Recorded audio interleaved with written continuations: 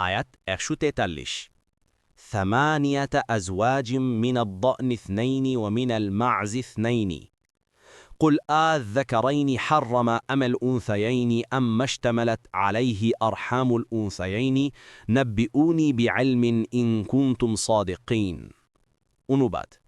নর ও মাদি ৮টি জোড়া মেষের ২টি ও ছাগলের ২টি বলুন নর ২টি কি তিনি নিষিদ্ধ করেছেন কিংবা মাদি ২টি অথবা মাদি ২টির গর্ভে যা আছে তা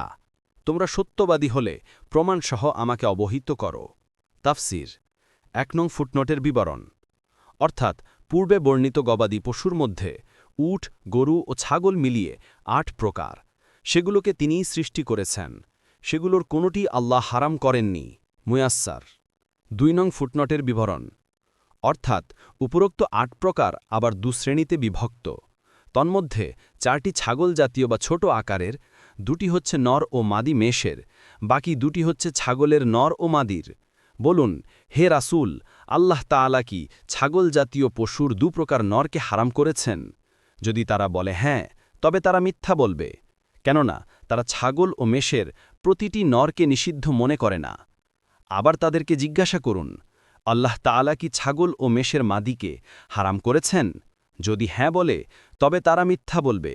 কেননা তারা গর্ভে অবস্থিত সকল ভ্রূণকেই নিষিদ্ধ মনে করে না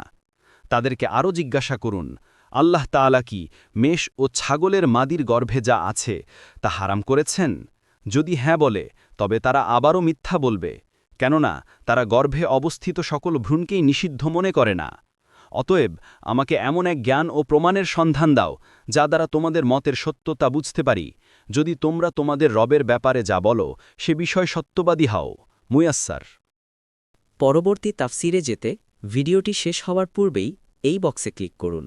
ভয়েস বা উচ্চারণে অনিচ্ছাকৃত ত্রুটি ক্ষমাসুন্দর দৃষ্টিতে দেখবেন ইনশাআল্লাহ